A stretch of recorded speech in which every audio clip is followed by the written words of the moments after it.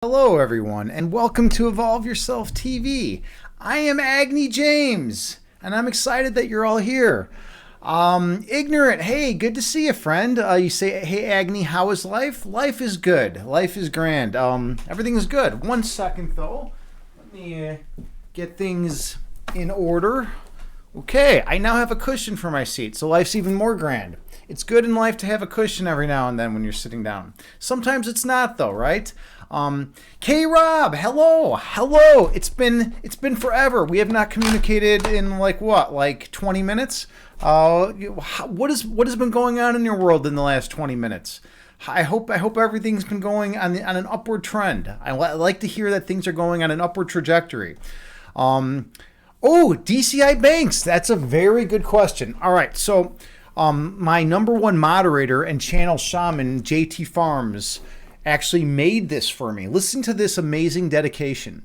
She watched 40 consecutive streams as my channel moderator and put 3 beads on for 40 consecutive streams. And then she sent this to me in the mail.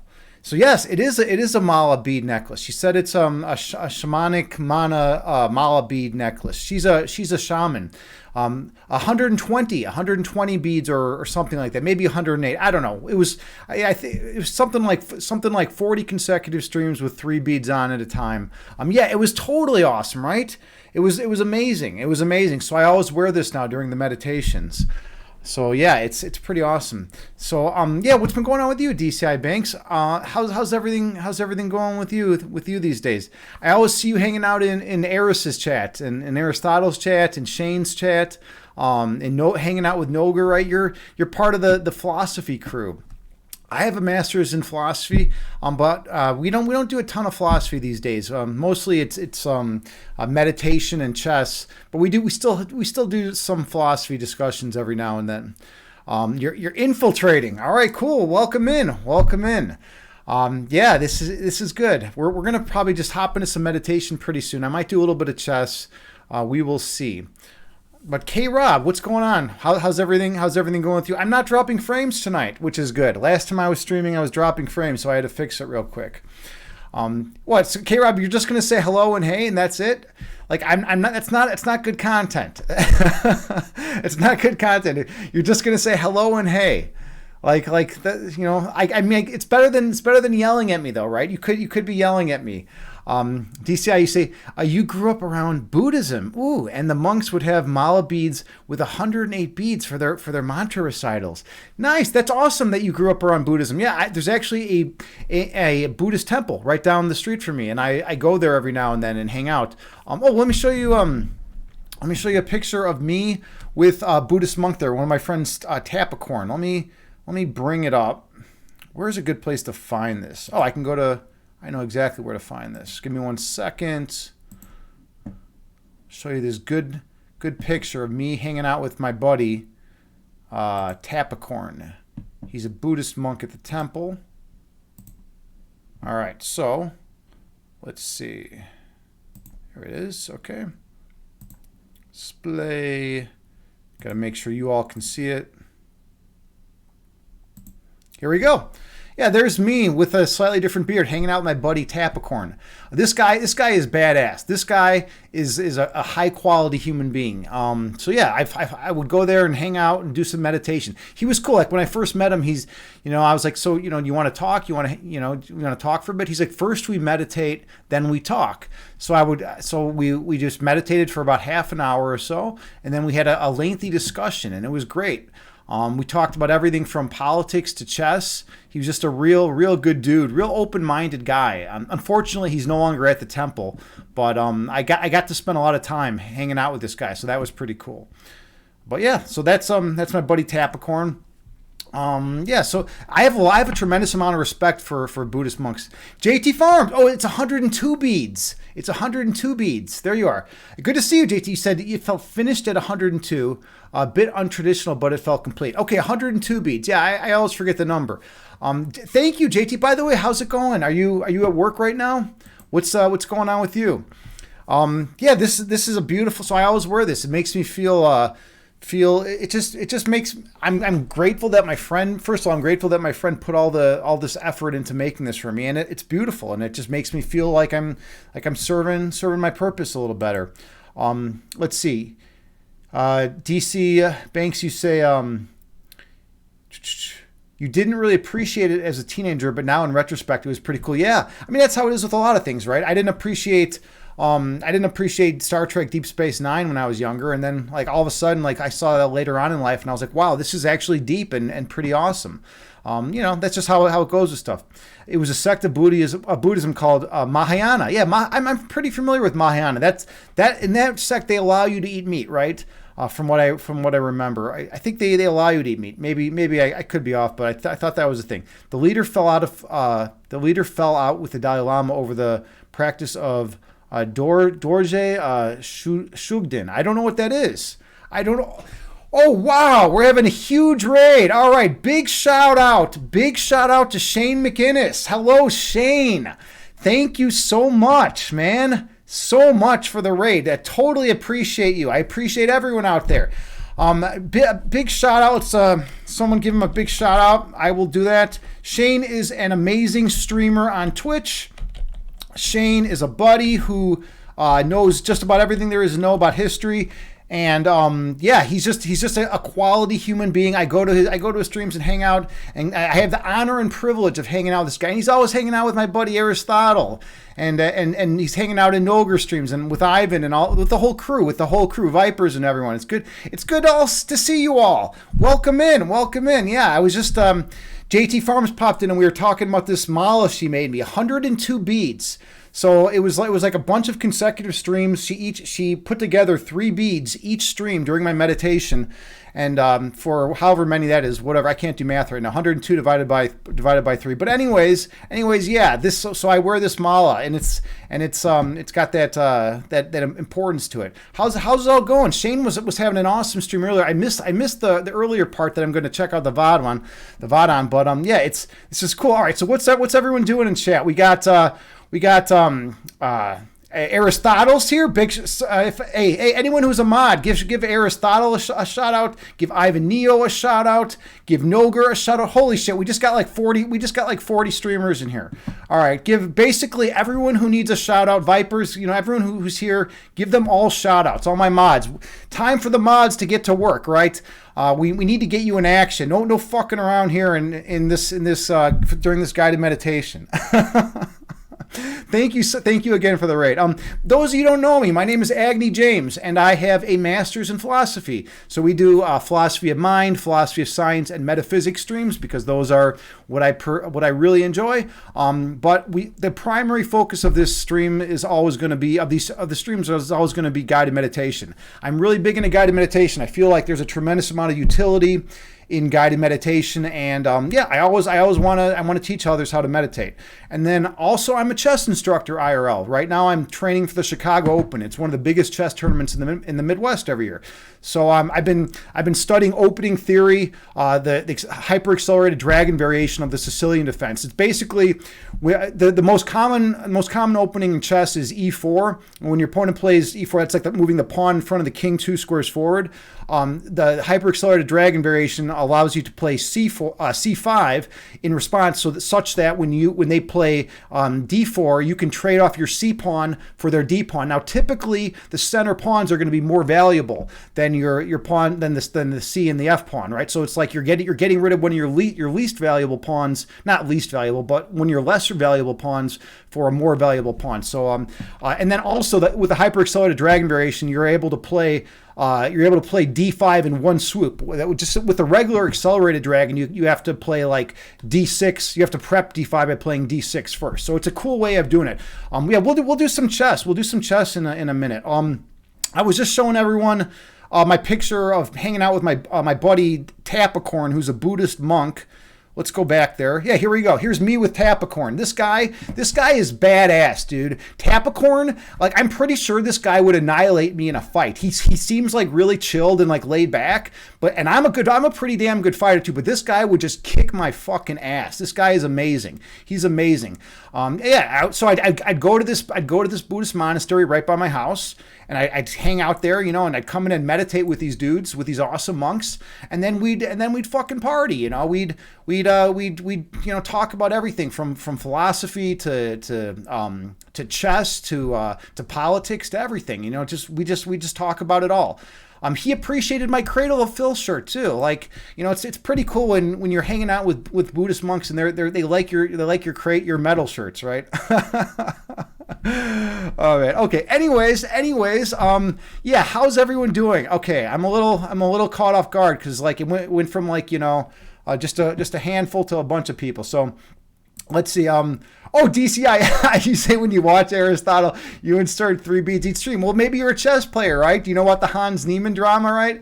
That's always been a big thing. Hans Niemann is a chess player who got disgraced for cheating in chess, but there's no like super hard evidence, but it's one of those things where pretty much everyone knows he's doing it. And along the line, someone said he was using anal beads to cheat in chess, that they were like vibrating at particular moments, which is total bullshit. But like he was cheating in some weird way. All right. Let's see. Aristotle, you said you'll get 5 more after more training. More training. All right. Okay. All right. Anyways, we got some good stuff. Vipers, you were saying, has anyone ever got lost meditating? I mean, people meditate. They get in real deep meditative states, right? And then it's like, are you going to come back, right? I mean, is that your fear, Vipers? Because I don't know. I feel like you never really go all in on meditation, man. Like you said, it's not your thing the other day. But maybe it's kind of like one of my goals in life. I want to get Vipers into to become a huge meditator. I want to, like, every morning. I want you to start your morning with like an hour and a half meditation every morning. And I think if we can do that, like it will improve your existence like substantially. So yeah, I'm working on you, man. I'm working on you one day at a time. Oh man. Let's see what else is going on. Ivan, you say a Shaolin? No, they're not Shaolin monks. I don't think. I mean, I don't. To be honest, I'm so fucking ignorant. I don't even know. I don't even know if they're Shaolin monks or I don't even know what type of Buddhism that they have down the street. But they're good dudes. I mean, there's also an Amitabha Buddhist library. That's where I got that wall scroll in the back, and where I have that Amitabha Buddhist chant that I play when I'm meditating. That I've been to, and it was cool. I got to chant with those monks. That was cool. Like if you ever get a chance, it's worth chanting in life with some Buddhist monks. So it's definitely worth it. All right. Let's see. You're pretty sure JT Farms did not make this for me. You're pretty sure JT Farm. Oh, I guess there is a mistake. I guess you were responding to Shane. So, okay, Vipers. You're saying you could maybe try it alone, but guided meditation with a tall, bald, bearded man just feels too intimate. Dude, me and you got to get a little intimate, dude. It's all right. It's all right, dude. But no, seriously, like, yeah, try it alone, dude. If you want, just next time you get a chance, just kind of like, just go and find a quiet, peaceful corner of your place, of your home, and just kind of just sit there. And what I recommend, people are like, oh, I don't have the time for meditation. Well, I say, you know what, just try it for 5 minutes. If you can just find 5 minutes to just sit there and just be peaceful and just focus on your breath, that's all it takes. You just start with 5 minutes. And the trick is just to quiet your mind for like 1 second, for like a split second. If you can quiet your mind for like just a split second, then you're making progress. And then you try to get it for like a whole second, and then you try to quiet your mind for like a couple seconds. But the main thing is just to focus on your breathing, to focus on your breath. Vipers, you say, nah, you've tried before. You can't shut your mind up. It's like anything, man. It takes a lot of practice. Like when my mind was like chatter, and then eventually, like after a lot of practice, I was able to quiet it for like a split second, and that's just how it goes. All right. Okay, well, let's do some chess. I feel like doing a little chess. Shane, you're a big chess fan, so maybe we'll play a game of chess. And I'm going to make this instructive while we play, so we can do this. All right. Yeah, this will be a nice instructive game of chess. I'll teach. I'm a chess instructor, IRL. So we do chess streams here. So let's do this. We'll make this nice and instructive. All right. All right. This one's for Shane, man. This one's for Shane. All right. Display. Here we go. I'm going to play anonymously on Elite Chess. By the way, something really cool on my 2-year anniversary stream about a month ago or so. My 2-year anniversary stream, I said, you know what? I'm gonna win 23 games of chess in a row. And I stayed here for 12 hours and I won 23 games of chess in a row. It was pretty badass. That was a good feeling. That was a good moment. That was one of the highlights of my streams. All right, so let's do this. All right, so this is anonymous chess on Elite Chess. And I could be playing a grandmaster. I could be playing a complete noob. Let's see how it goes. All right, here we go. Hyper-accelerated dragon variation of the Sicilian. You can notice I played G6 right here. All right, so we have take. He's going to take with the knight or the queen. Okay, he went with the queen variation. So now he'll probably push the pawn. I'm going to develop my knight. When he does, I'll be on the queen. Now this queen's got to move somewhere. If he comes over here, I'm coming here. If he comes over here, or if he comes over here, I'll be over here. If he comes, he's got to move the queen somewhere. All right, so he does that variation. So now I'm looking at my knight's going to be dropping back here. I'll be throwing another punch at the queen. These are two good squares for here, so we can we'll throw this in first. Bam, I'm on his queen. So now he's got to move again. He's like, oh, I'm moving my queen a lot these days, right? Okay, now this pawn is loose and this knight is loose. So right here, bam, win the knight. I'm going to win this game. And that's how you play chess. That's it. And now look, the most beautiful thing in the world. Look at this beautiful fork right here. I'll be attacking the king and the queen, right? Oh, he just resigned. Yeah, because he saw it, right? And that's how you win at chess. There you go. Shane, it's simple as that, man. It's simple as that. That's how you play chess, dude. You get the positional. Yeah, exactly, right? I know this line. So one of my main things I've been doing every morning is like I'll do like a bunch of curls, right? I'll be doing curls, and then I'll get like a set of curls done, and then I'll come in and I'm memorizing these opening lines, right? And then I'll do like I'll do a set of like pull-ups, right? And then I'll come in and I'm like memorizing these opening lines, or do chess tactics, right? And then like, you know, I'm just training hard with chess in between working out. It's like the best thing. It's like, oh, my muscles are super tired. Now let's like work out the mind, right? You know, because you got to give your muscles like a little bit of time in between sets, right? So you just chess and then working out, chess, working out. And then I'll like listen to some philosophy. It's like, okay, I'm listening to some philosophy. And then chess, working out, go to work, teach chess, come home, you know, work out, chess, and then go, you know, teach another private lesson, come back, and I just keep going, man. That's like my world these days, man. That's my world. Shane, you say Agni likes to break a mental sweat. Yeah, absolutely, man. Dude, I'm all about it, man. Shane, I am all about it. You know, you got to do it. You got to do it. But then, you know, I get burnt out, and then I'm like a piece of shit for a while too. Vipers, you say, have you played against Bard or Chat GPT yet? No, I haven't, but you know what? That would make some good content. I should try that out. Any of the computer chess engines are, you know, they demolish humans now. Like, you can't stand a chance against like any like of the top chess engines. I mean, it's not even a thing. Like Google's AI AlphaZero is ridiculously good. You know, I would last like, I don't know, 15 moves if I'm lucky. All right. Okay. Anyways, that was a quick game. That was a little too quick. Let's do another one. That was cool that I got to show you the hyper-accelerated dragon variation of the Sicilian, though. Let's do it. All right. 10-minute game. Let's see if he's going to play E4 again, the most common opening. And then I get to show off my hyper-accelerated dragon knowledge. Here we go. All right. Okay, so he's going in for this variation. When the bishop comes out, you play this idea, followed by this, and then the knight over, and then, okay, so the idea is here, okay, so the knight's got to come out first. I'm going to get this d5 push in one swoop, all right? Okay, so now he's taking, which doesn't matter. All right, so we have that. He'll recapture there. Okay, so now I get this d5 push in. All right. You can also play the bishop over first. So the idea is okay, so he throws that check in, which is fine. Let's see. What's the correct move order here? I got to be accurate. I don't want to be fucking around here. This is all good. This is all good practice. I'm not used to seeing that check. And does that change anything? I don't think it does. I don't think it changes anything. I think I just bring the bishop over. Notice the tension between these bishops, right? It's pretty cool. So this guy's going out of book. All right, so he takes. Now I could take with my knight even, but I'm looking at taking. Let's see, what's more accurate? I could take the bishop first.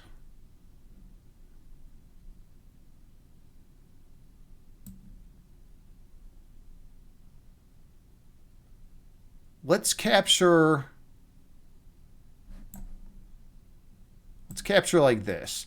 So notice this central square from it. Now he might immediately take, right? And then I take, he takes, and then hold on. Then I might throw in this check over here. Hold on a second. All right, this is getting complicated.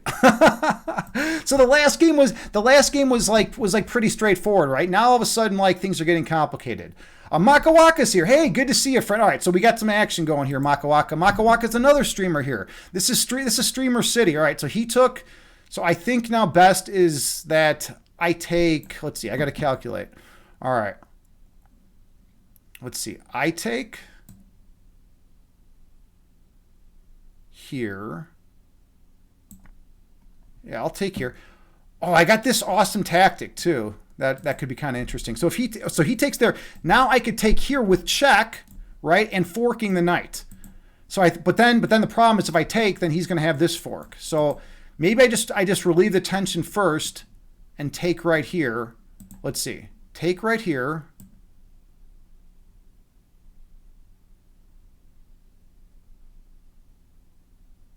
Okay, yeah. Now the threat's on. Check with the fork.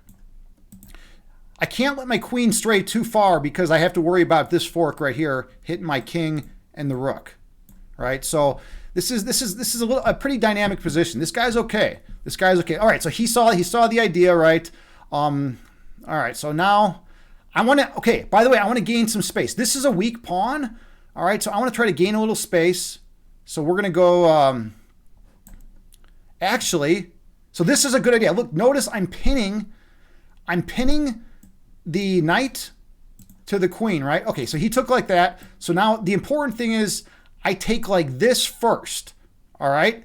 Look at this. With check, he's in check, right? The knight is no longer defending the queen. He's got to get out of check. I'm going to win his fucking queen, game over. And that's how you play chess, right? This is a tactic called removing the defender. The knight was the only defender of the queen, and when this hits, it hits with force. So now it would be a mistake for me to take, because then he takes and saves the queen. So instead, I just do this. And now, sure, he gets a bishop, but a queen is way more fucking valuable than that. He's on the rook, so I have to be a little bit careful. Let's see if there's anything better I can do. I could throw this. Now, I want to throw this check in first, right? Well, maybe not. If I throw this check in, he comes over, and then he could pin my queen to the king with his rook. So I don't want to fuck around at all. I'm just gonna like really not fuck around and just say, look, I got a major advantage. Bam, there you go. And now I've noticed I'm hitting this pawn.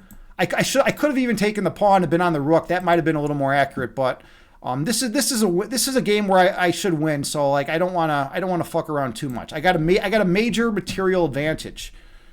All right. Yeah, when you have a major material advantage in chess, you don't want to fuck around too much. Like this is a game you should win. So what's going on in chat? Makawaka's here. Eris, are you still hanging out, man? I can't even keep up with chat and play chess, man. We got something about White Goodman. I don't know what the hell's going on. I don't know what the hell's going on. We got Bard open. We're talking about playing chess. We're talking about playing chess against Bard right now. I mean, maybe, right? Okay, so I want to get this queen to a good score. Maybe I should just snag a pawn. This is a little greedy, snagging this pawn, but sometimes you can be greedy in chess. All right. Or is there a better square for it? You know what? I'd rather come on. Yeah, I'll come over here. This is a nice solid square. So this is an important concept in chess. I'm way up material, right? I have a queen for a bishop. Wait, I'm even more up than that, right? So when you're up material, when you're up a ton of material, you want to do what's called trading down. So you want to trade pieces of equal value, because eventually I'm going to have a lot. I'm going to have a lot of. Eventually he's going to have just a king. So look, I want to trade rooks. So that's my goal right now. So I'm going to be able to trade at least one pair of rooks right now, most likely. Okay, well that doesn't do much. All right, that doesn't do much, man. So this guy's just trying to like three. I mean, he's at least being creative. He's throwing a punch at my queen, right? So I'm going to come over here. I'm just going to snag this pawn, win some more material. Notice how he has two pieces. Two pieces exerting pressure on the king side, right? He's desperately trying for an attack, right? Now, whether or not he's going to be able to get an attack is highly unlikely. It's highly unlikely that he's going to be able to. Okay, his bishop now is pinned to the rook after I play this idea, right? So now I should be able to force a trade of my rook for his rook. And by the way, this piece is pinned. When a piece is pinned, you want to attack the pinned piece. So my rook's going to be coming over, my queen's going to be coming over. I'm going to get all my pieces hitting his pinned piece, and just win, win it. I'm going to win this piece, right? Eventually, right? He really doesn't have a lot of good ways, or else he could like move his bishop out where, like back here maybe. All right, yeah. So that does nothing. That does nothing. I'm just going to load up on the pinned piece. You want to attack the pinned piece. So I now have two pieces attacking this bishop. He only has one defender. He has no other way of defending it, so he's got to move the bishop out somewhere. He'll probably move it here. Then I'm going to take, and then he's going to take, and then, okay, so yeah, that doesn't work.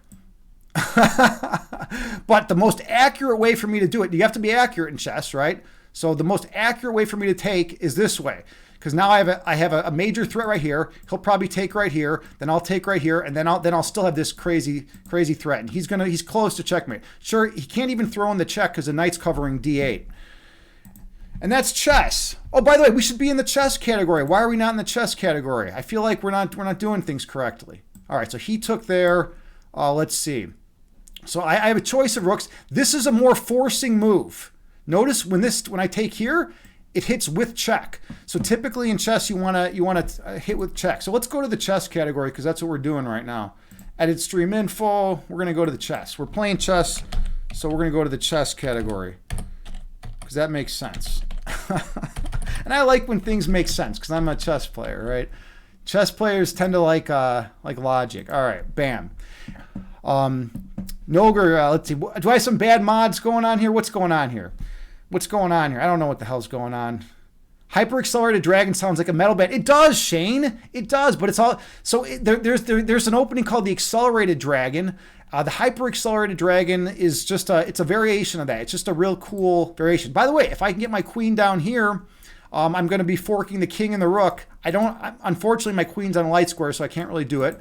But let's try to line up some checkmate threats. I don't know why this guy is still playing, but he is. All right. So anyways, right here, I got this major threat, right? Forking the king and the rook, and now I'm going to win the rook.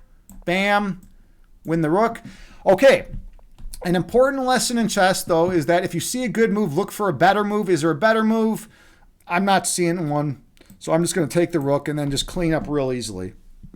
Now, I don't see any way for this guy to do anything here, but whatever. He's trying.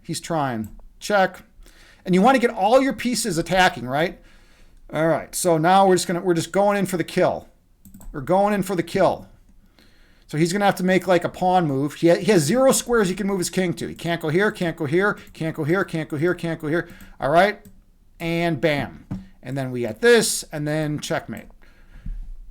Oh no, we got this. Oh, I forgot about that square. Oh, that was ridiculous. All right, well, now we got to play it out a little bit more. All right. What's the quickest path to victory? I think we just do this. Yeah, this and then checkmate. Checkmate in 2. So we got check. Now he's got to come here. It's going to be checkmate in 3, I guess. Well, he resigned. Okay. Yeah. So, and that's it. And that's how you win in chess, right? Hyper Accelerated Dragon is also the name of Liz Truss's economic policy. Dude. That's intense, man. I don't know who Liz Truss is, but it sounds funny to me for some reason. It definitely sounds funny.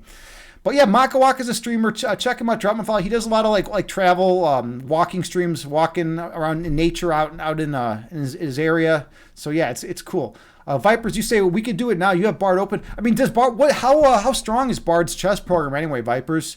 I don't know anything about Bard's chess program. I know Google's AI Alpha Zero. It was originally Alpha Go. It was created to play Go, and they used the same AI to create Alpha Zero, which is the best chess computer program in the world. And it just okay. So prior to Alpha Zero, there was Stockfish. Now Stockfish is this huge database and best chess engine. It's annihilates all human competition, including grandmasters, right?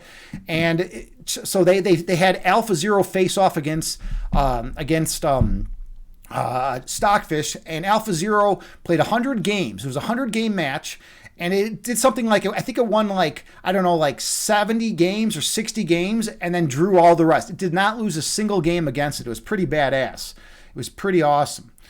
Let's see. She was briefly the PM of the UK before trashing the economy. Oh, got it. All right. And you have no idea how strong it is. Yeah, I mean, I'm down for that someday. But this is an unexpected surprise, and I'm a control freak. I don't like unexpected surprises. I don't live extemporaneously. Everything is scripted. Every single word out of my mouth is pre-scripted. No, I'm just kidding, right? But like, it would be funny if it was, though. It would be funny. Let's play another game, and then we'll see where we go from there. By the way, we should do some readings from Grimm's Fairy Tales. We haven't done that in a while. But we're here for some chess. We're in the chess category, so we're going to play another game of chess. Let's see how it goes. All right, Noger, what's going on with you, man? What's going on with you? Are you going to stream tonight, dude? Are you streaming tonight, dude? What's up with your world, man? All right, new opponent. Here we go. Let's see how this goes. Okay, I get to play white for once. So this will not be the hyper-accelerated dragon. All right, let's do it. So it looks like it's going to probably be king. I was going to say if we had this, we'd have some king's Indian stuff. No, this is just queen's gambit. If he takes, it's queen's gambit accepted. If he doesn't, it's queen's gambit declined. This is all standard. Now I play this weird bishop f4 idea in this variation, which throws a lot of guys off. Now he could always take, right? And I'm gambiting a pawn. All right, so now we have this. Now I play this. And this is what throws dudes off and throws chicks off. This throws people off, basically. Whoa. This is not a move. That is not a move. All right, let's see. Okay, so he just traded 2 pawns for a knight. That's craziness. You don't do that in this opening. All right. So now I'm actually I got to get serious because I don't want to botch it now. After I've talked all this smack, I don't want to botch it. So we're just going to get some normal developing moves in. His queen might come out, throw a punch at my knight, which is fine. Okay, so yeah, this guy is really fucking up right now. This guy's really fucking up. Okay, all right. So now he's looking at getting his queen out here. I don't want to allow that. So I'm going to bring my queen out first. Yeah, there's no threats or anything. I don't know what this dude is. Actually, what about here? No, I don't want to allow any shenanigans. No shenanigans. That's what I want. All right. I'm just going to develop my bishop and then castle. That's my plan. I could also castle queenside, but this looks fine. All right. Let's see what happens. By the way, castling kingside is safer than castling queenside. A lot of newer players don't know that. But it is the case. Okay. So let's see. Oh, that was kind of a mistake because he's got this check. Okay, well, he didn't even take advantage of it. Whatever. I'm castling. No more monkey business. Notice this queen bishop battery, right? I control this diagonal. This is a very important diagonal to control. So I have this idea, attack the rook. Let's see. I have sacrifice ideas too, but I don't really see anything leading to from it. It's anything good coming out of it. So let's just get my other knight developed. So this knight is a good attacking piece right now. Now I might sack here. I might sack sometime soon. All right. Well, he just wants to trade pieces? I mean, you're down material, man. You don't want to trade when you're down material, dude. All right. Well, whatever. We're gonna just do this. Now we got to get my rooks. My rooks are doing nothing. They're just sitting here. They're chilling. Let's get my rooks on more active squares. If I would love it if he takes. If he takes, I take. Look at all this pressure I'm exerting on the. Oops, I'm exerting on the. Hey, this is amazing. I'm exerting a shit ton of pressure over here now. My bishops are like snipers, right? So let's see. Let's just throw this check in first, just because it looks pretty, right? Check. Okay, let's attack the rook. I can also drop back here, attack the queen next. Okay, let's see. Now let's come back here, go after the rook again. I could have brought the queen up actually. That might have been more accurate. All right, I'm all over this guy right now. All right, we're just gonna be all over this guy. I'm making this rook dance around a lot. Okay, all right. He's like, I've had enough. I've had enough of you doing this to my rook. So let's attack the queen. By the way, this is not these are not the most accurate moves, but I'm up a piece for 2 pawns, so I feel like just making some moves. I got to break this open. I got to break this open a little bit. All right. So a good way to break this open would be doing what's called a pawn break, something like this, right? So let's see. What would be a good pawn break to get in right now? I mean, this is fine. The only question is, do I want to bring my rook over first? Nah. Let's just do it. Let's just do it. This is going to open up his rook file too, though. But I'm okay with that. I'm okay with that. His king is not very safe. Notice my king is much safer. I got these three foot soldiers, these 3 pawns in front of it. Got my rook here. Everything's pretty defended over here. He's got no attack. His only piece attacking over here is the queen, right? So I got a lot of pressure on this guy. His notion to trade the minor piece for the 2 pawns early was not good. That was definitely not a good move. Noger, you say you're okay, just busy. You don't plan on streaming 10. Okay, all right, cool, fair enough, man. By the way, you said you did nonprofit work, man, last time we talked. Like what kind of nonprofit stuff do you do? I've been interested in, I'm always interested in nonprofit. A lot of people in my family have worked for different nonprofits, and so I have a tremendous amount of respect for the whole nonprofit industry. Industry is probably the wrong word to use there. All right, we're opening this up. I want to open it up. Break things open. Let's bust it open. All right, so he takes. So now check it out.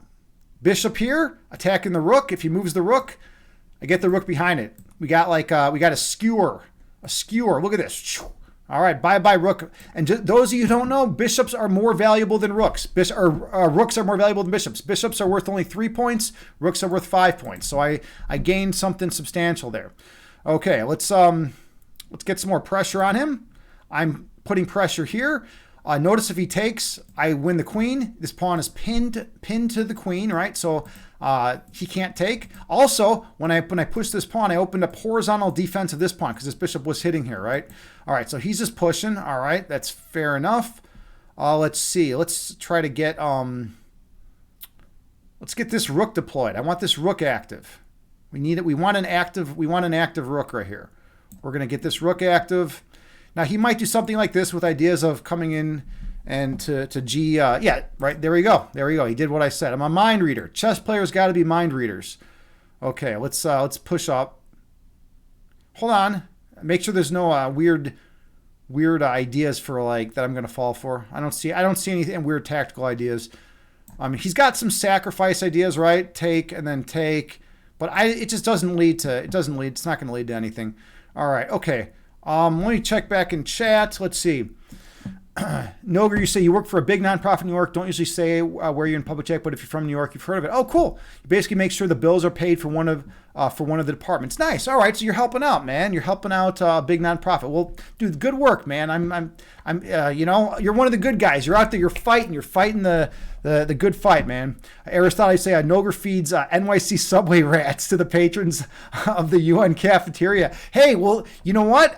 There's a lot of merit to that. There's a lot of merit to that.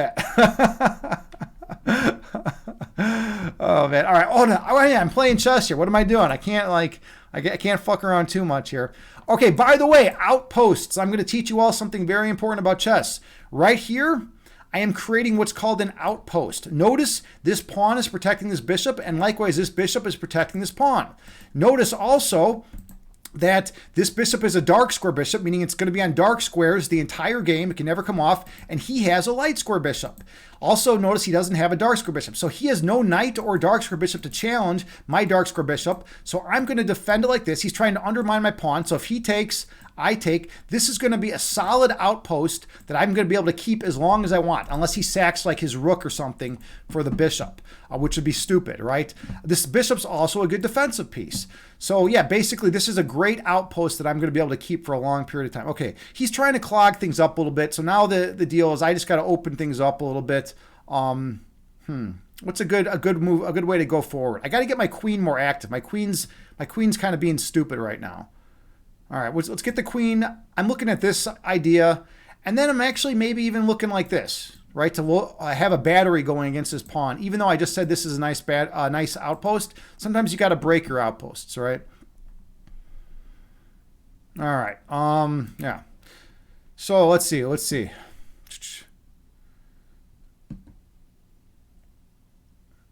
As a big nonprofit, we are audited constantly. You ain't ever seen an extra dollar from this place. Yeah, they're gonna have. There's gonna be a lot of oversight on what you do, man. All right, there we go. So this is all pretty smooth right now. It might not look like I'm up a lot, but I'm up the rook for the bishop, which is actually pretty substantial. So now my whole plan is just to bring a rook over, trade one pair of rooks, and then try to gain control of the A file. Okay, so he's trying to infiltrate. Notice how he's getting his rook over, but I don't think it's gonna do much. We'll see. Oh, now he does have some weird threats, right? Take. All right, but so the question will be, who's going to be quicker to the attack? I don't want him. I don't like his rook right here, actually. So we're gonna try to trade rooks. I don't like this idea of him doing this. That's not cool. Let's see if I can trade one pair of rooks. Otherwise, he's got to back up his rook. Oops, not there, but Okay, so I got one pair of rooks off, which is what I wanted. Now my plan is to swing my rook over and get it up here and start attacking. Actually, this would be a great square for the rook. Notice the coordination between the bishop protecting the rook right here on A7, right? The rook hitting right here, and then I'll be able to get my queen at this diagonal, exert a lot of pressure, and then maybe even get my bishop down here and have all sorts of pressure. All right, so this guy's just going in for he's sacking the house. He's trying to go in just to sack everything. All right, so now notice if I bring my queen over right away to defend these threats, my rook will fall. So let's get the rook checking the king, being very active. All right, so we're gonna have the rook checking the king, excuse me. Okay, and then we're going to go for some piece activity. Let's see, what's a good way to push forward here? I got to watch out for stalemate threats is the only thing. All right, let's see.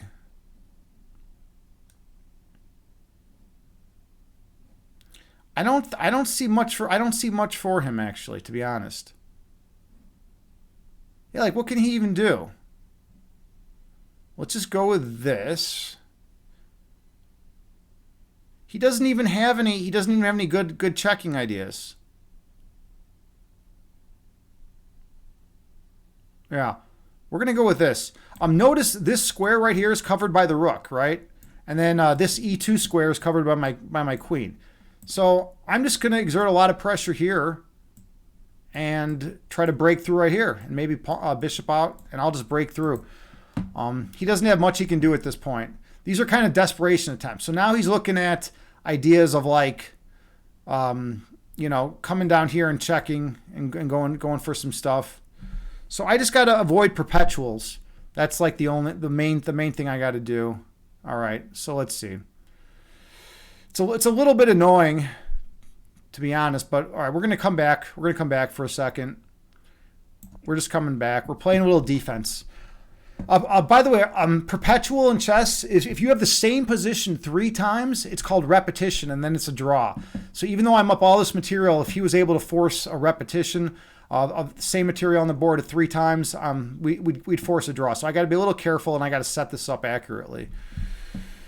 All right, I want to get my bishop in the action. So basically my plan is to get my bishop here, and then my rook will be defending it. Okay, so let's just do this. All right, notice I have a checkmate in one threat right here now. I'm also attacking this pawn. So he's got to defend this checkmate in one threat.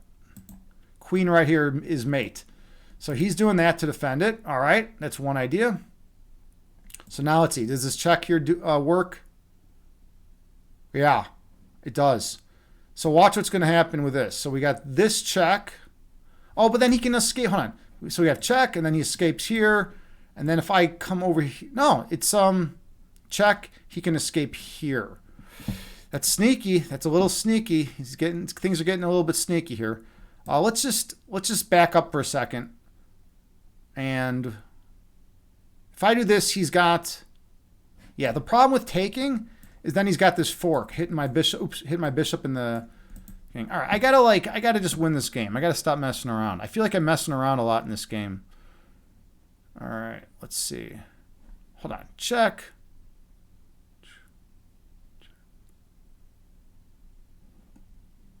All right, let's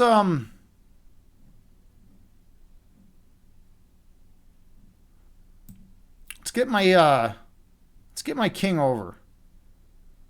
This move doesn't, it might not seem like it does a lot, but I feel like this move is pretty strong.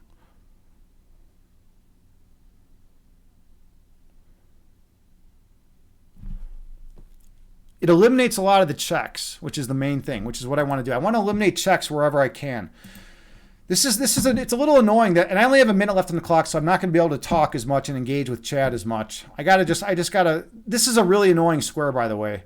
It's annoying that he'll be able to run here and here, here and then down here if to escape. If I get my queen up here. I'd love to get my rook up here, by the way. That would be more ideal. And then the rook over, and then the queen can deliver mate if he tries escaping over here. All right, so he's going in for that. So now I can take this pawn, I believe.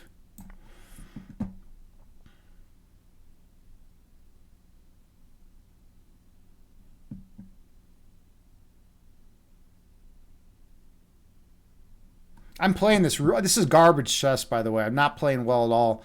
A lot of it has to do with the fact that I'm streaming. All right, here we go. Oh, wait. What do we got here? Wait, I'm moving to squares that can't even move to. All right, let's make some legal moves. How about that? All right, let's do this. No, let's do this. Nope. Let's not lose the game immediately. What am I doing here? Jesus. All right. Okay, so he's attacking the bishop. So let's come over here. Then he's got that check. Oh, my God. I'm going to lose on time. What am I doing here? All right. Here, hold on. Bishop back. Come on.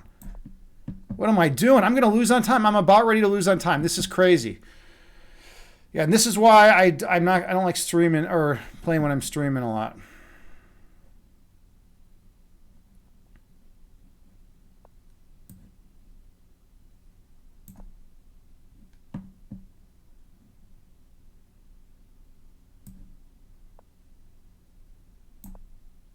Oh, now he's just going to take. He takes. Now I think he's got a perpetual. That's crazy. It's crazy that I just let him get a perpetual.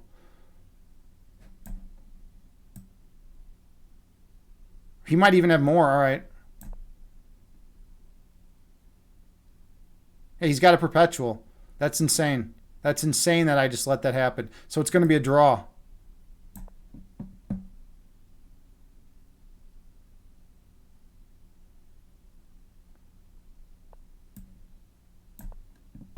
Or hold on a second. Oh shit.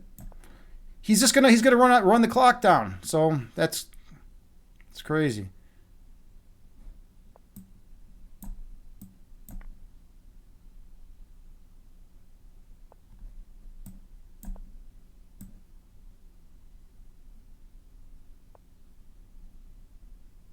Shit, I shouldn't have done that.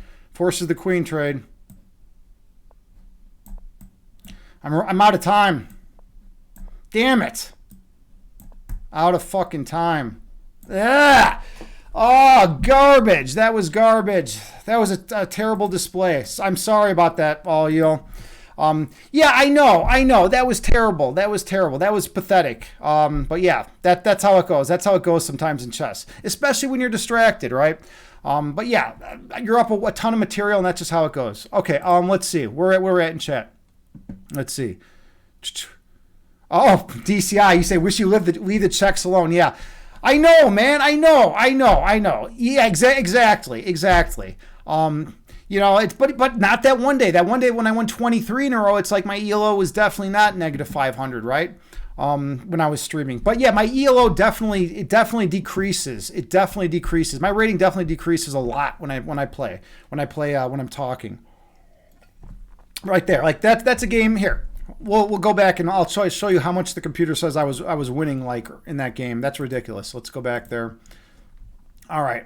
Let's go to analysis board. By the way, this is the coolest thing about chess. Imagine if life had an analysis board where you could go back. Here, like look at this. According to Stockfish 14, I'm up 7.1 points right now, which is ridiculous. It's like ridiculous. This is completely winning. This is completely winning, right? Completely winning. So I made the best move here, right? So it actually does want me to go in for this. I considered this, but hold on. If I had gone in for this, right, check. He runs here, then I come here, then he comes here, then I have this.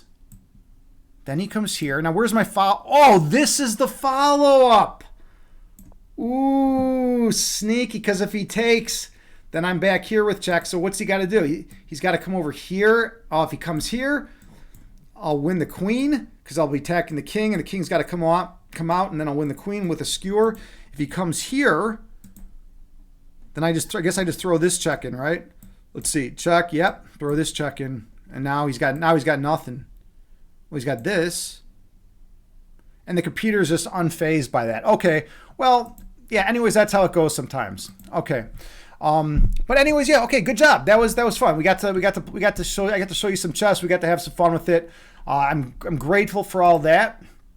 And it's time for some meditation, actually. We are going to do some meditation because that's another component to my streams. Meditation, chess, and philosophy. And some Grimm's fairy tales on the side. All right, Aristotle, thank you for the lurk, man. Good seeing you, brother. Have a good rest of the day, man. Okay, so we're going back to fitness and health. We are in fitness and health.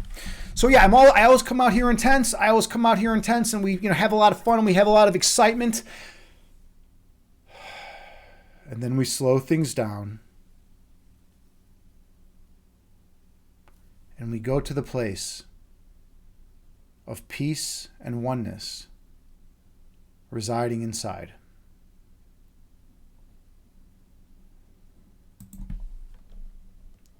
Find a comfortable seated position. You can sit on the floor in lotus pose. You can sit cross-legged. Or you can sit in a chair.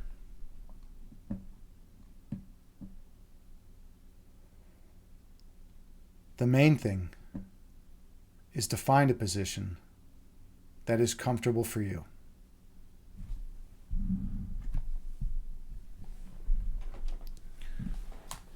I'll adjust the lights.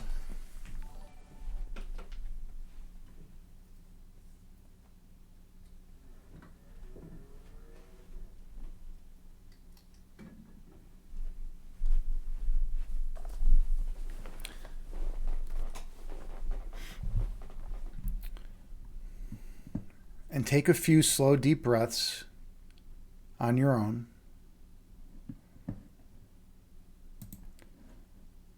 I have an Amitabha Buddhist chant that I play that has a chime that rings every 2 seconds.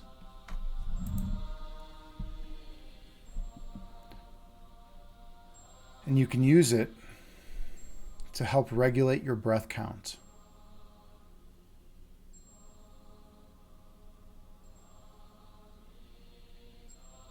So take a few more breaths.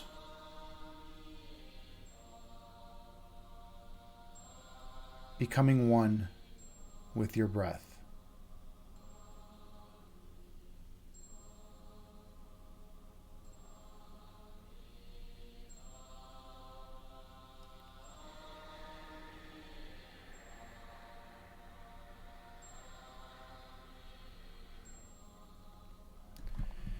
Inhale through your nose, gently raising your belly. Exhale through your mouth, gently lowering your belly. Breathe in through your nose, slowly raising your abdomen. Breathe out through your mouth, slowly lowering your abdomen. Stay focused on your breath.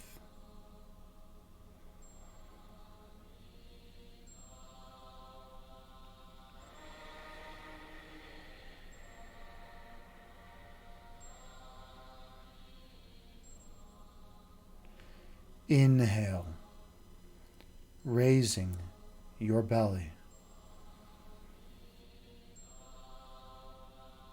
Exhale, lowering your belly. Breathe in, raising your abdomen. Breathe out, lowering your abdomen. Keep your attention on your breath count.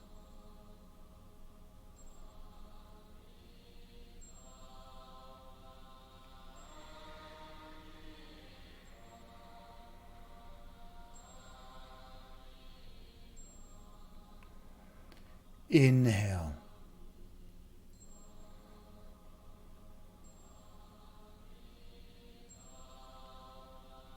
Exhale.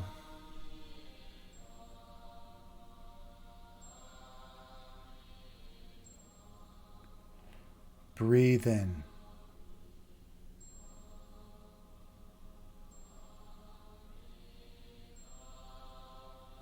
Breathe out.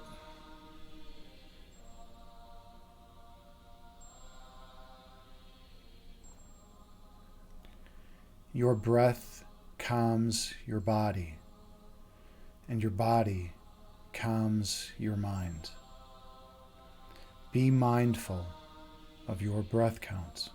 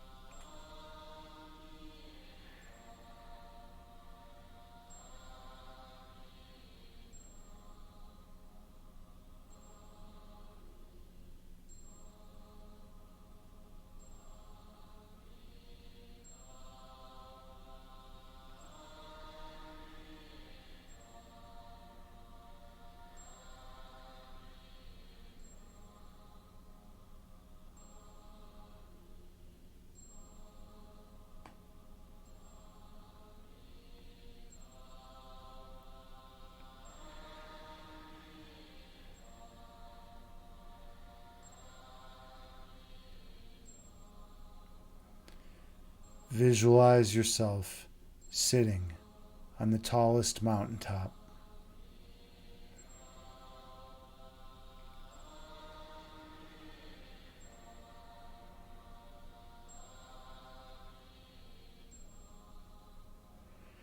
Watching the clouds float through the sky beneath you.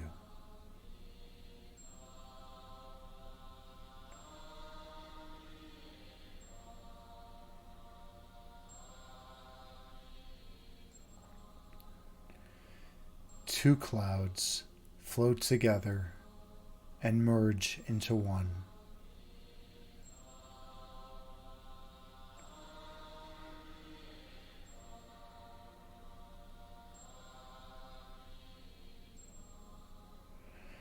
And one cloud stretches apart, dividing into two.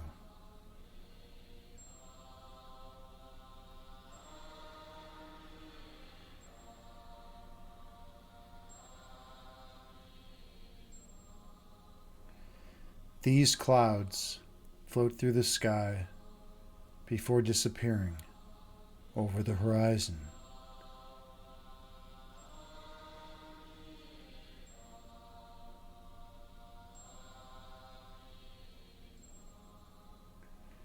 These clouds are like your thoughts.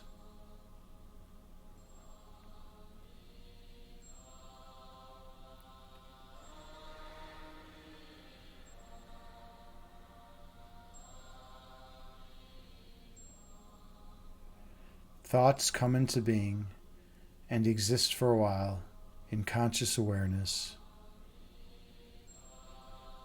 before disappearing from your mind.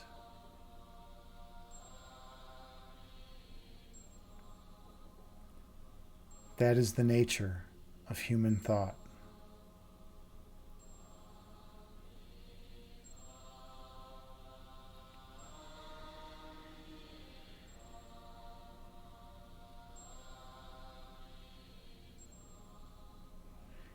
Inhale.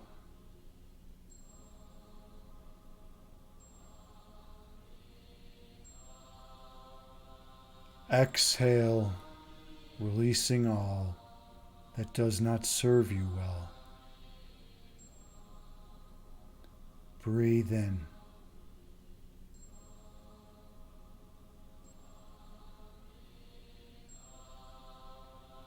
Breathe out, releasing all that is of no benefit to you.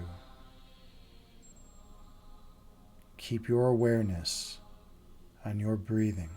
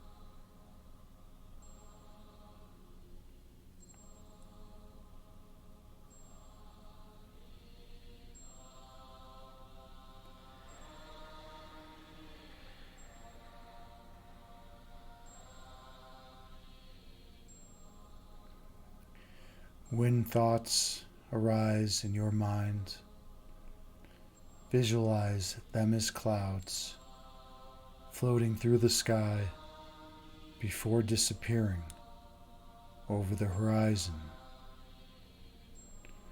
and return your awareness to your breath count.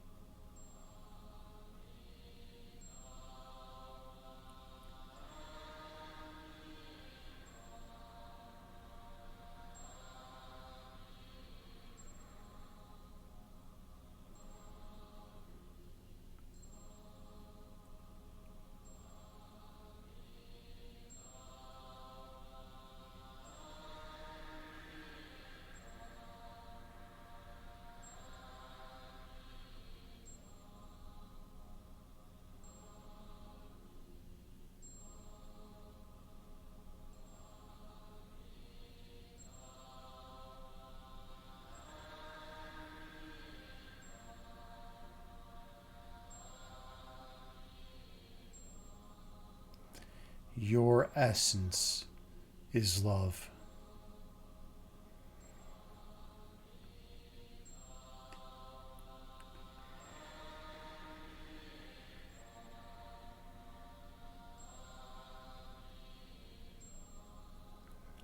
Your love is manifested as light.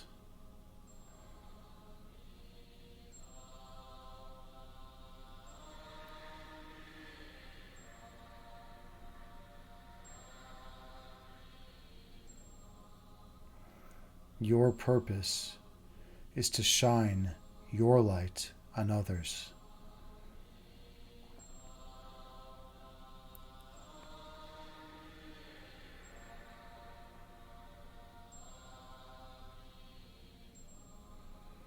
Awakening the memory of their own internal lights within them.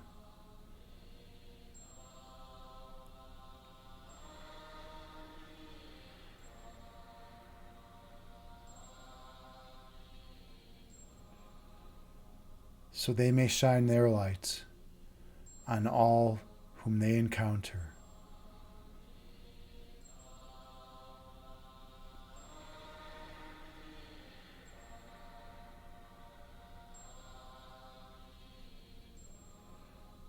Until all of humanity is glowing radiantly as one once again.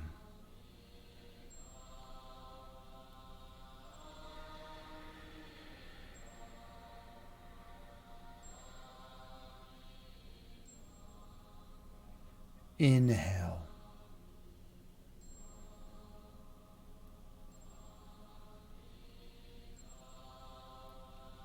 Exhale, releasing all that does not serve you well. Breathe in.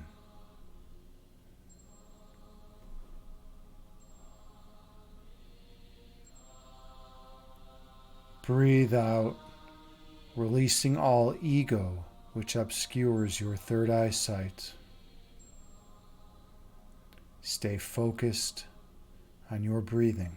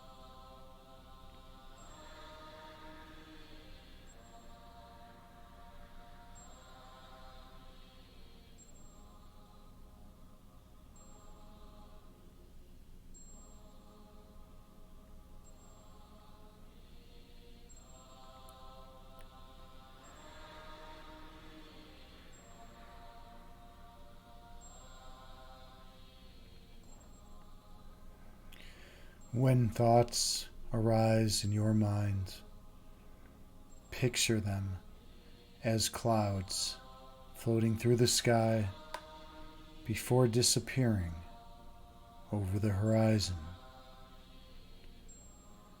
And return your awareness to your breath count.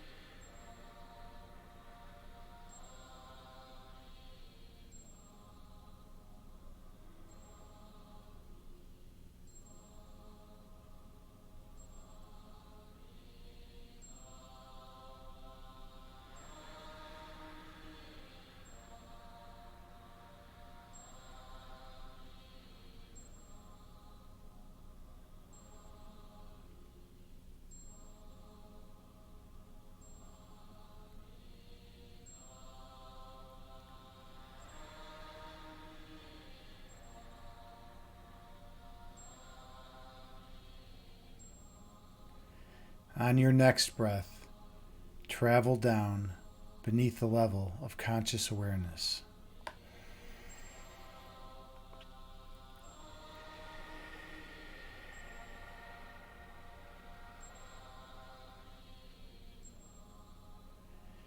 Go to the region of your heart chakra.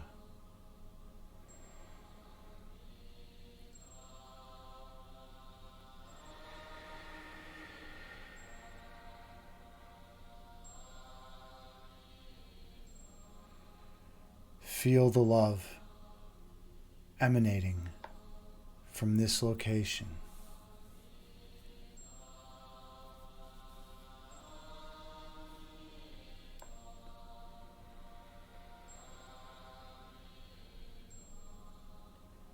And the warmth which surrounds your love.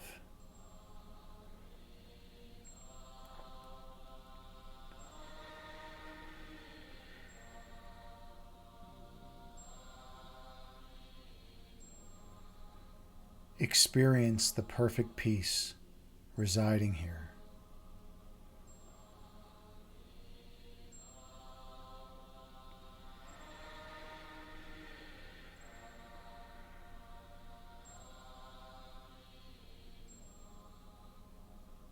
And the joy which accompanies it.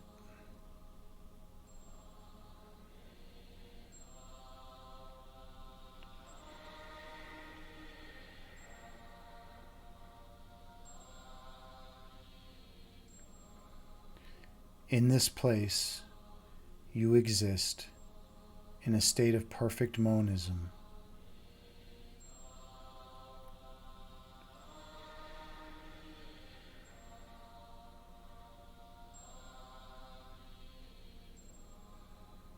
Being connected with all of creation, you are not alone.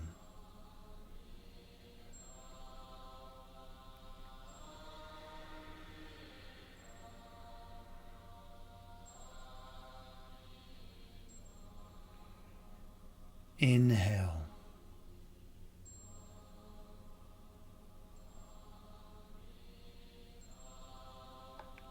Exhale, releasing all that does not serve you well.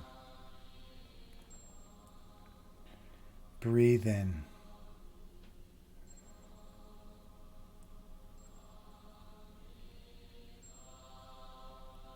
Breathe out, releasing all ego which obscures your third eye vision. Direct your awareness to your breath count.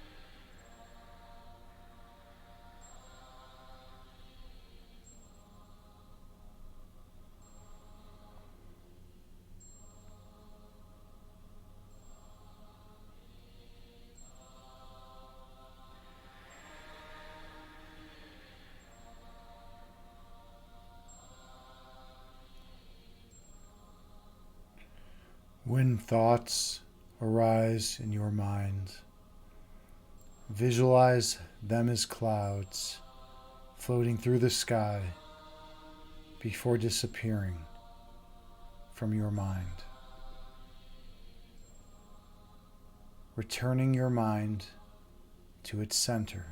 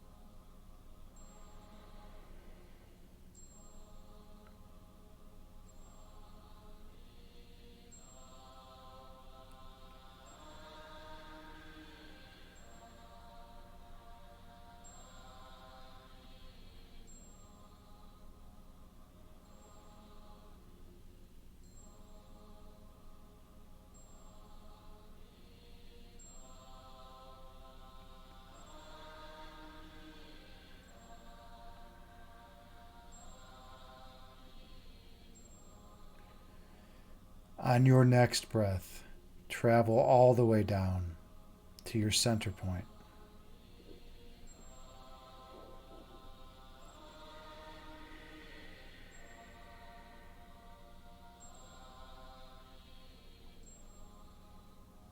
The place inside you where your essence flows the strongest.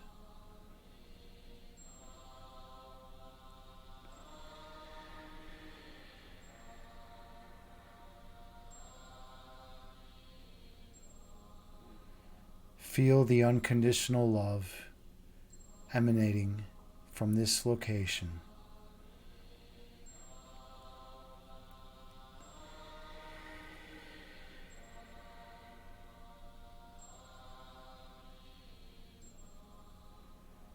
In this place, you remember that you are home.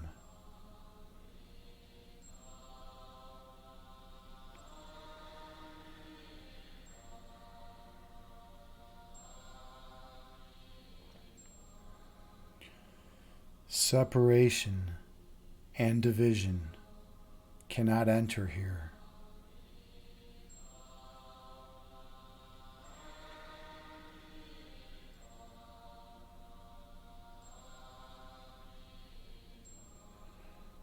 For that which was created to eternally be one can never be two.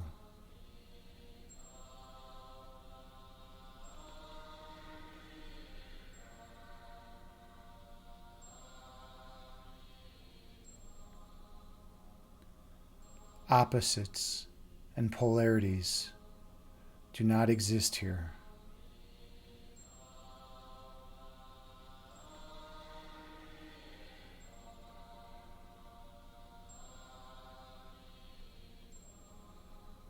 For in this place, it is remembered that everything just is.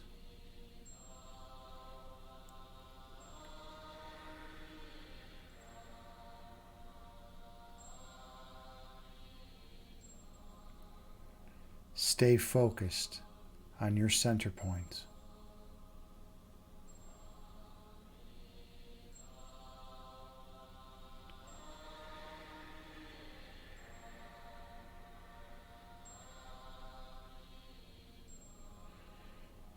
And when you're ready, travel through.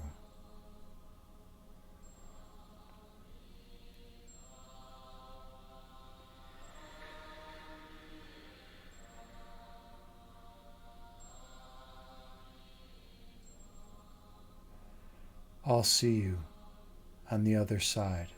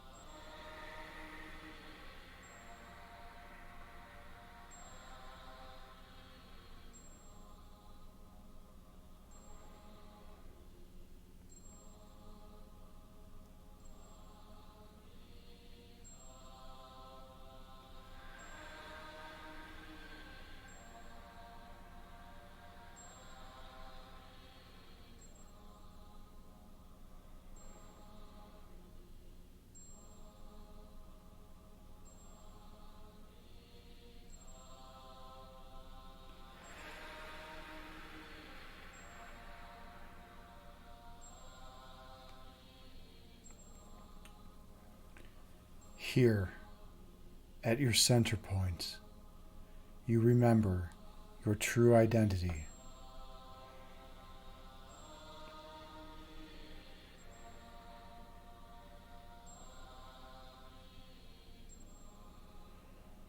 At your center, you recall how you came to be.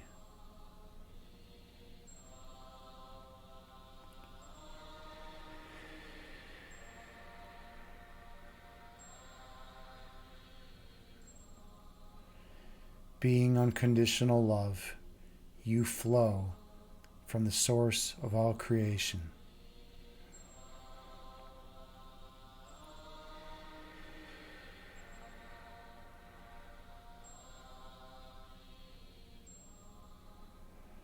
For that source is the source of unconditional love.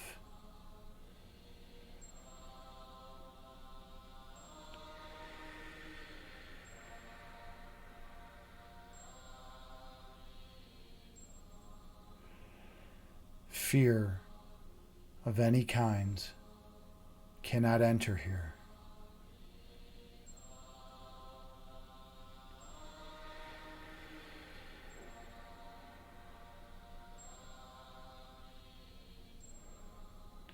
For fear is barred entry from eternity.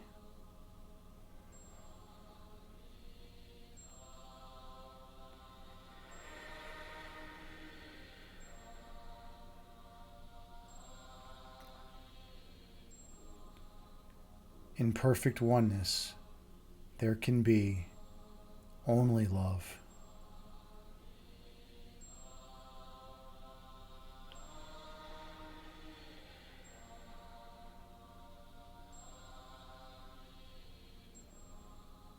Extended everywhere, all at once.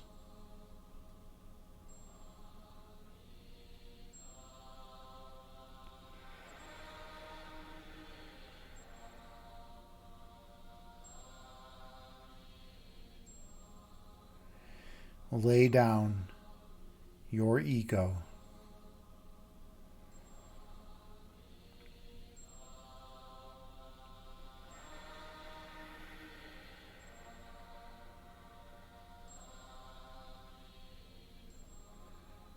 For defenses are not necessary when you exist in perfect safety.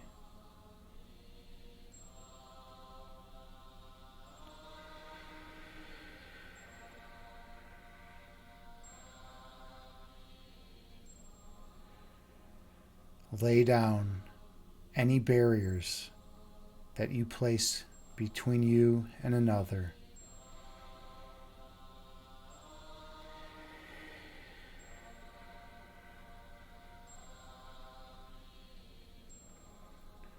For what am I but your reflection?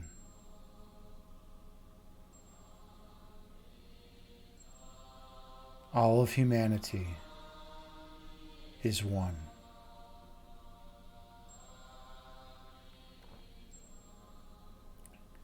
Inhale.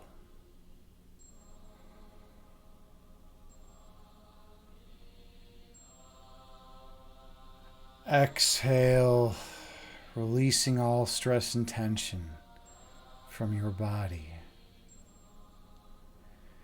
Breathe in.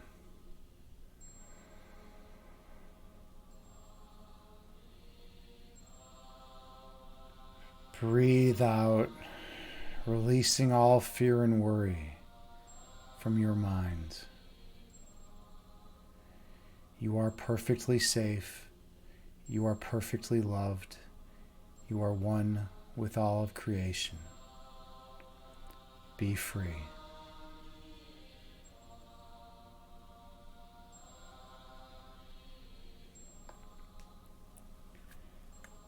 Namaste.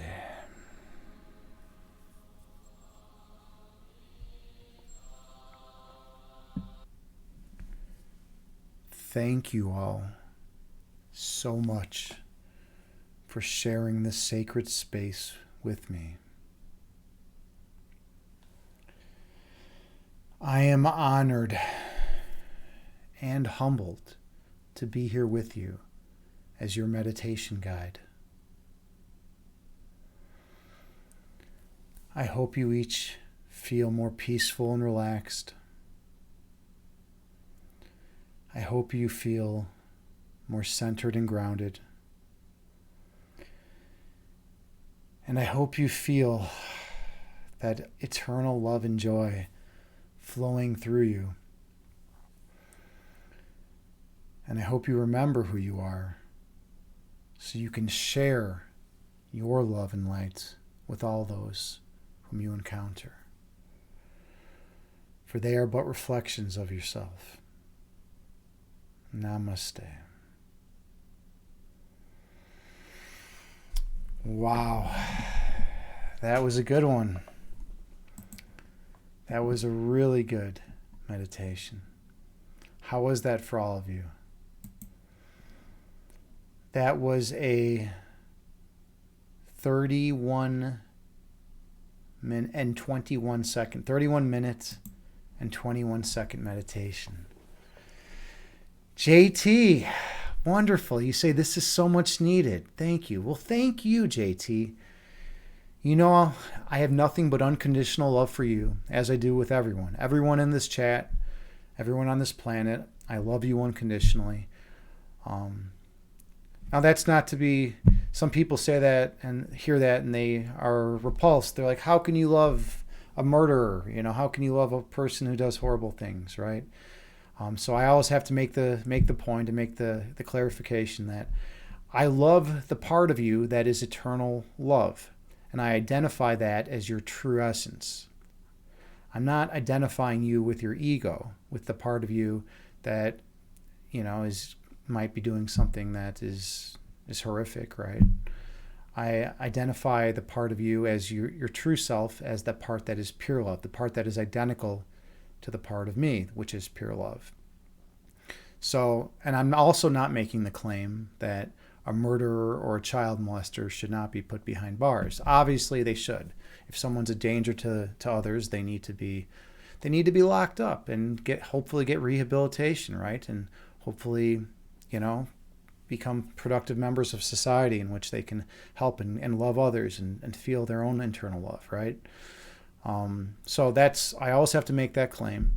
But with that being the case, and with me believing my metaphysics, with me holding the notion that the true identity of every human being is pure love, I hold the view that you're all worthy of eternal love from me and from everyone else. And I give that to you, and which is my choice, right? And hey, even if I'm wrong, there's great utility in treating others with love and compassion and kindness, right? There you go, right?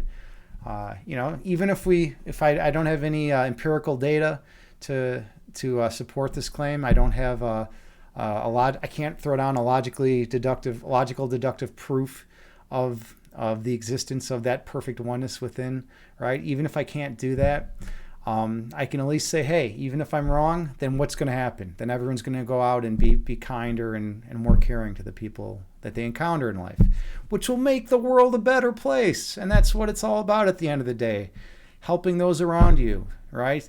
I've met a lot of people in hospices across this country, right? People, and you know what? People who are dying in a hospice, they're not sitting there thinking about all their cars and their houses and how many, you know, bicycles they owned or how many chicks they banged, right? These guys and women aren't thinking about that. You know what they're thinking about? They're thinking about how kind they were to the people around them. You know, were they loving, compassionate human beings? Were they caring? Did they love enough? Were they kind? Did they make a difference? Did they help out when they could?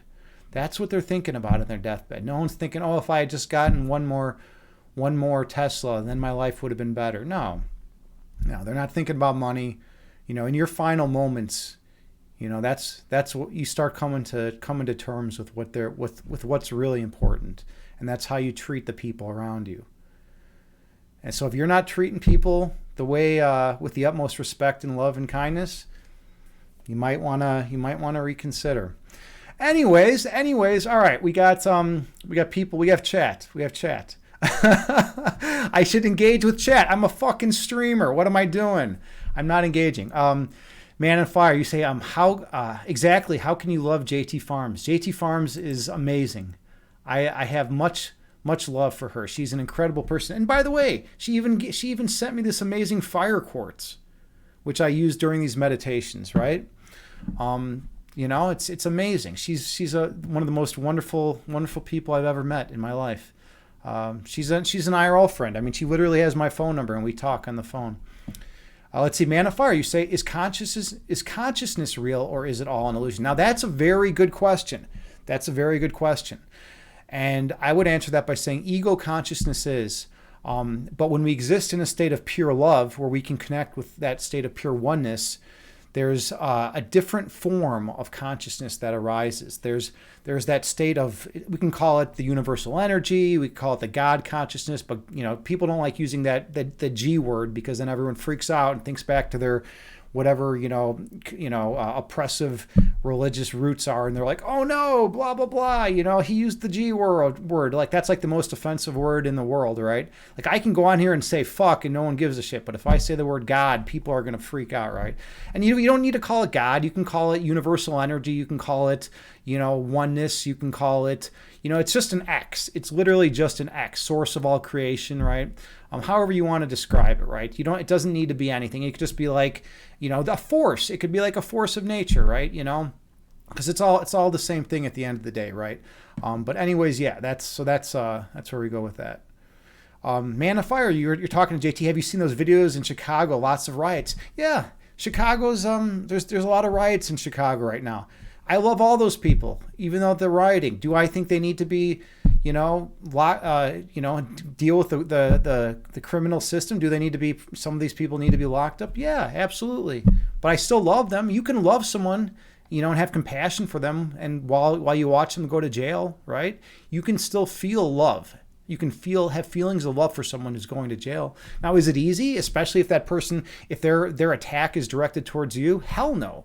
It's like one of the hardest things in the world. One of the hardest things in the world is to forgive someone who's attacked you, right? But it's the most important thing to do. And a long time ago, I decided that if I'm going to be a fucking man and step up and be a man, I'm going to forgive. I'm going to do that, because that's what's the most difficult thing to do. What's the most difficult thing in the world to do? It's easy to fight. It's easy to punch someone in the face, right? It's easy to take someone down and beat them in a fight, right? If you're a dude and work out and are strong and or if you're a good fighter, right?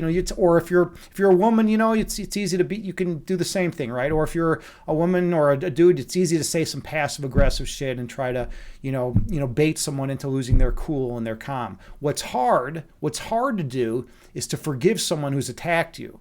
Now, I'm not saying you let them into your home again and say, hey, welcome, come on into my home. You're mentally ill, but you can attack me.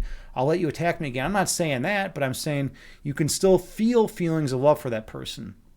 All right, let's see. There've been major riots in Chicago. Man of Fire, you say, whoa, Tesla, is Agni giving you a gut punch? No, I'm not, man. I'm not. I'm absolutely not, dude. By the way, would I like to have a Tesla, Man on Fire? Yeah, dude. I think that would be a cool car to have, man. I would love to experience going 0 to 60 in 1.9 seconds. That's got to be badass, man. I am happy for you that you own a Tesla and that you get to experience that, because I know it gives you, it's an external thing that gives you temporary joy, man. So I'm happy for you, man. You worked hard. You worked hard to get that, dude. If that's what you want, you should get that. I'd love to have a Tesla, right? I don't. I do like my car. It's pretty fast, but nowhere near as fast as a Tesla, and it's fun to drive, right? Noger, man, it's good to see you. Let's give Noger another big shout out. I'm really proud of my buddy Noger. So one thing about Noger, first of all, let me tell you a little bit about what Noger does. Noger is the only person I know that goes onto Twitch and has been doing this for, a couple years, maybe a year and a half, I don't know. Something like maybe 430, 440. He's read philosophical journal articles, like 440-ish philosophical journal articles. And I'm talking academic philosophical journal articles on Twitch. And it's pretty amazing. It's pretty amazing that he's done this, man. Yeah, so drop him a follow, check him out. He's brought philosophy to the masses. And the coolest thing about Noger is when he initially started, he wasn't gaining a lot of traction initially. He just have a couple views, but now he's like blowing up, man. The guy's got a lot of views. He's got a lot of people coming in, and it's amazing. I love the fact that good work. Like philosophy has a tremendous amount of intrinsic value. There's a lot of value in philosophy. If you study philosophy, you're gonna ask the deeper questions. You're gonna learn a lot about not just about the world around you, but about yourself.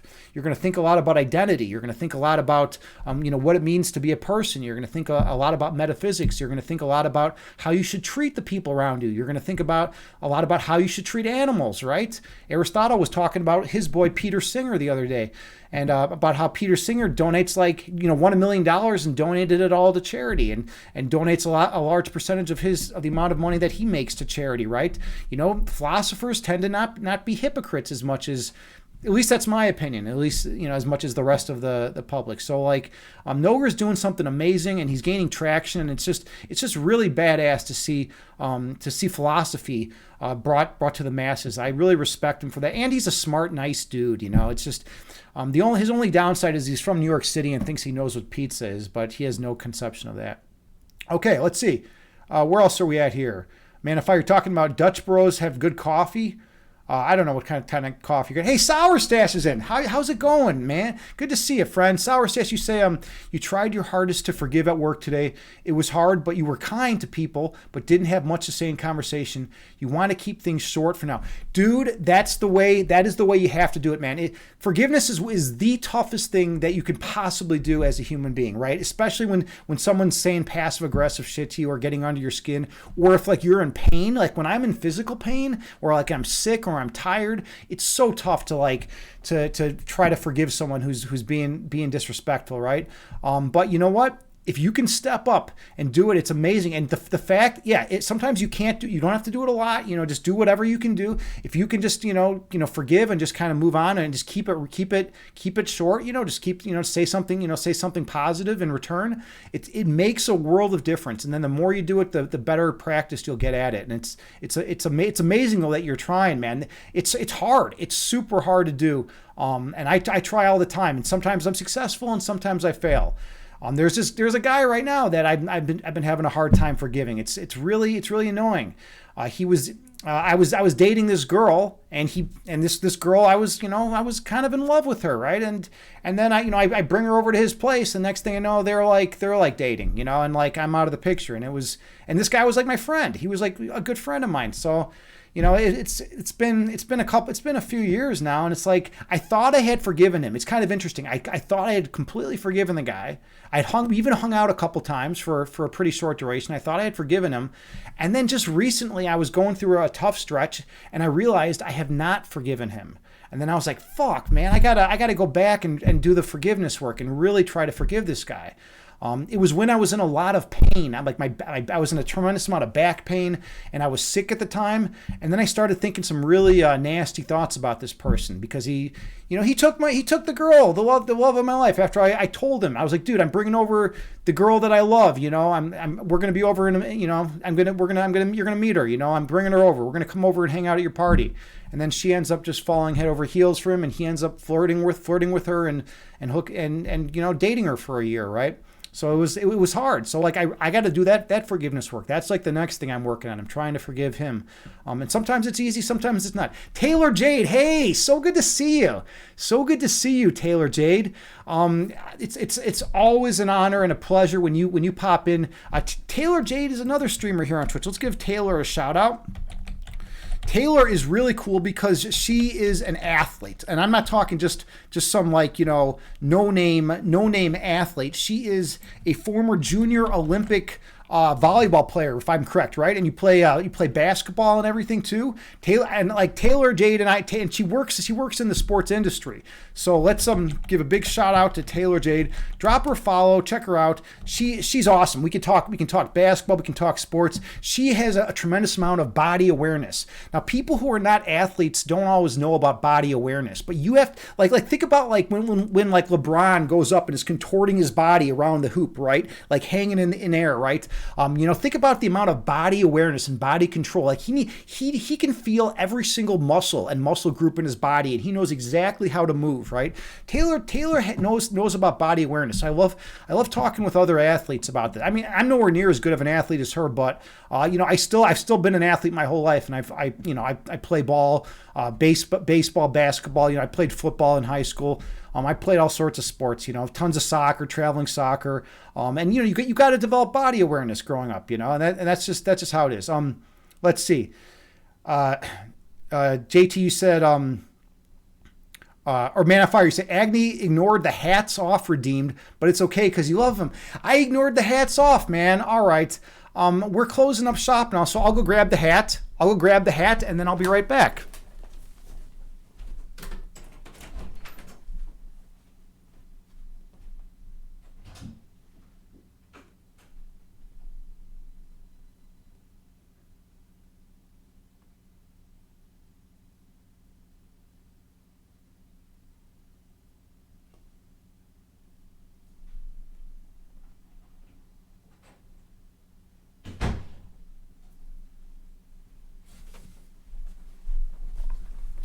All right, there we go. We got the hat. We got the hat.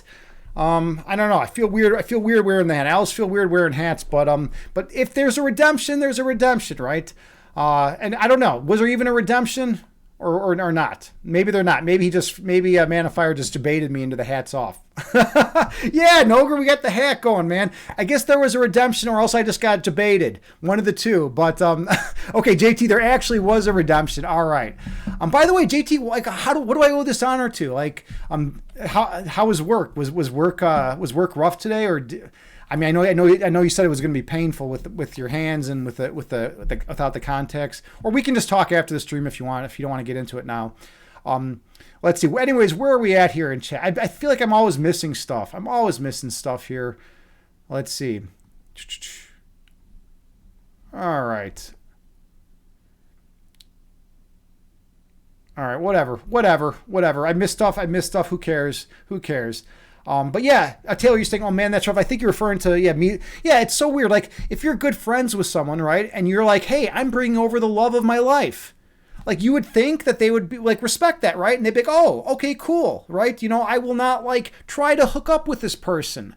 And then like I bring her over to his house. He's having a party, and like there's another friend there who I haven't seen in a long time. And so like I'm trying to like give him some attention too, and be like, hey, I'm Dan. It's good to see you, man. I haven't seen you in 10 years, So I'm talking with him a little bit, and like after I introduced her to everyone, and like next thing I know, like he's like doing, and he did it behind my back too. It was like real sneaky. Like I found out about it weeks later. Like it's like, oh, he calls me up. He's like, by the way, I just thought I'd let you know, Melody and I have been are dating now. We're dating now, and that's why she hasn't been returning your calls. Blah blah blah. And it's like, what?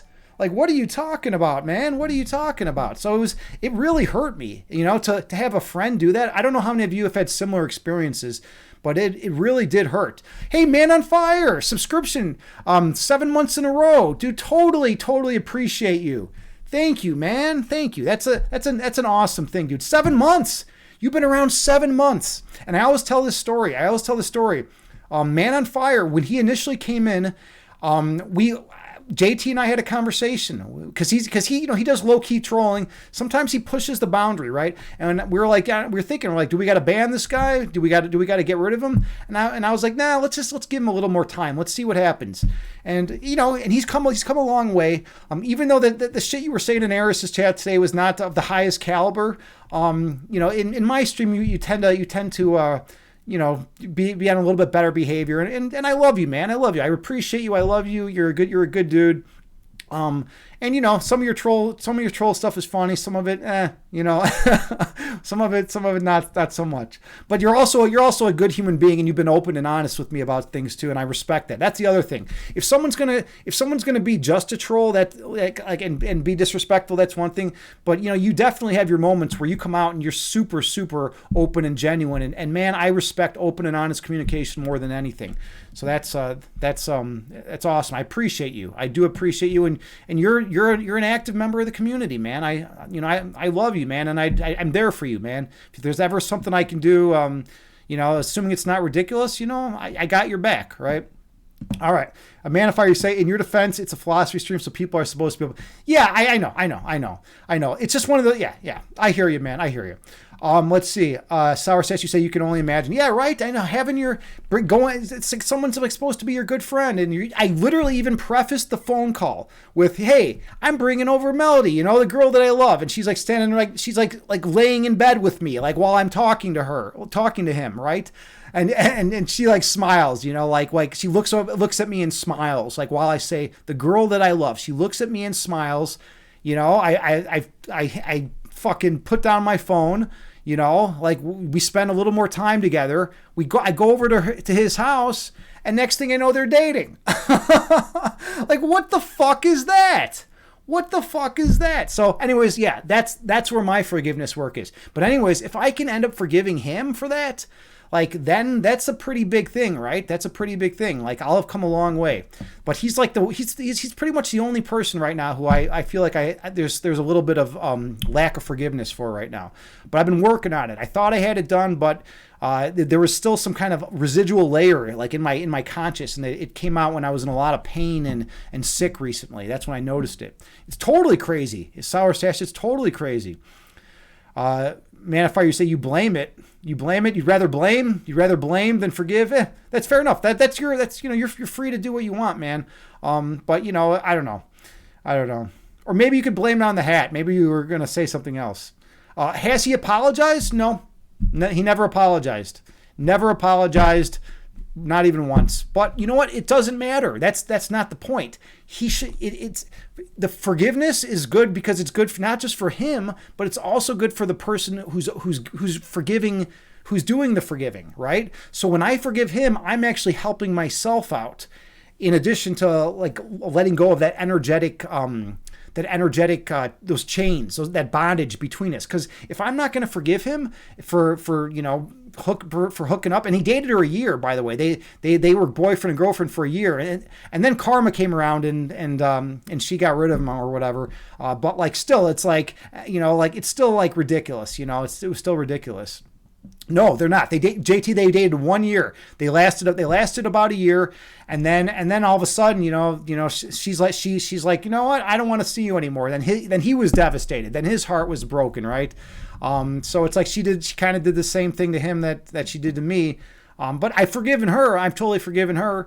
I just got to forgive him though. Now it's like it's hard, I'm like, will I ever have the same level of trust? See, that's the other thing. Even if I forgive him, now I can still be cautious around him. Like I'm never gonna bring a girl that I love around him again because like I don't know what the fuck this guy's doing.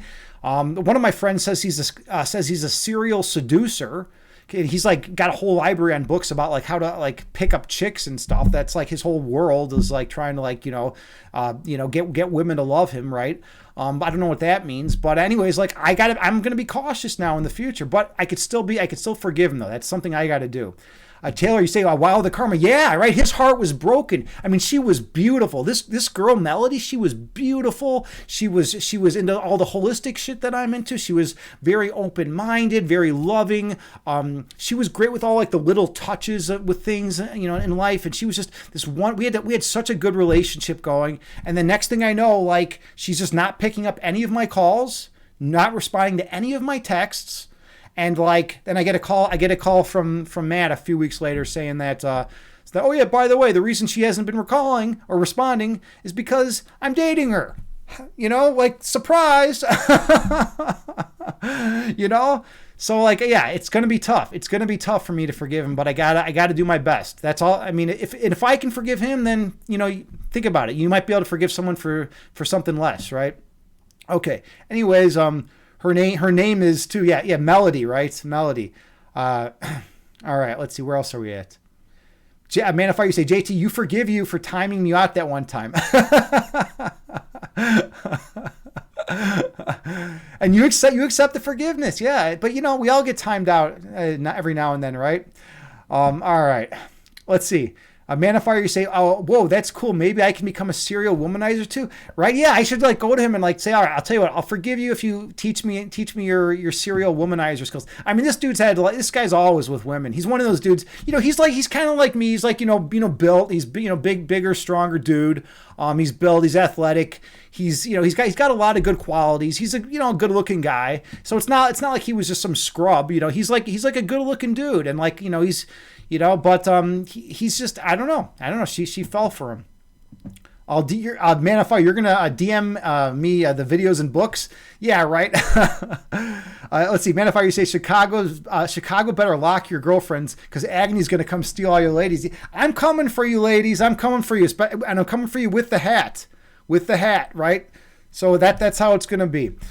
All right, let's see who's out there. I think this is getting a little. We've gone a little bit off the deep end here. This was a fun stream though.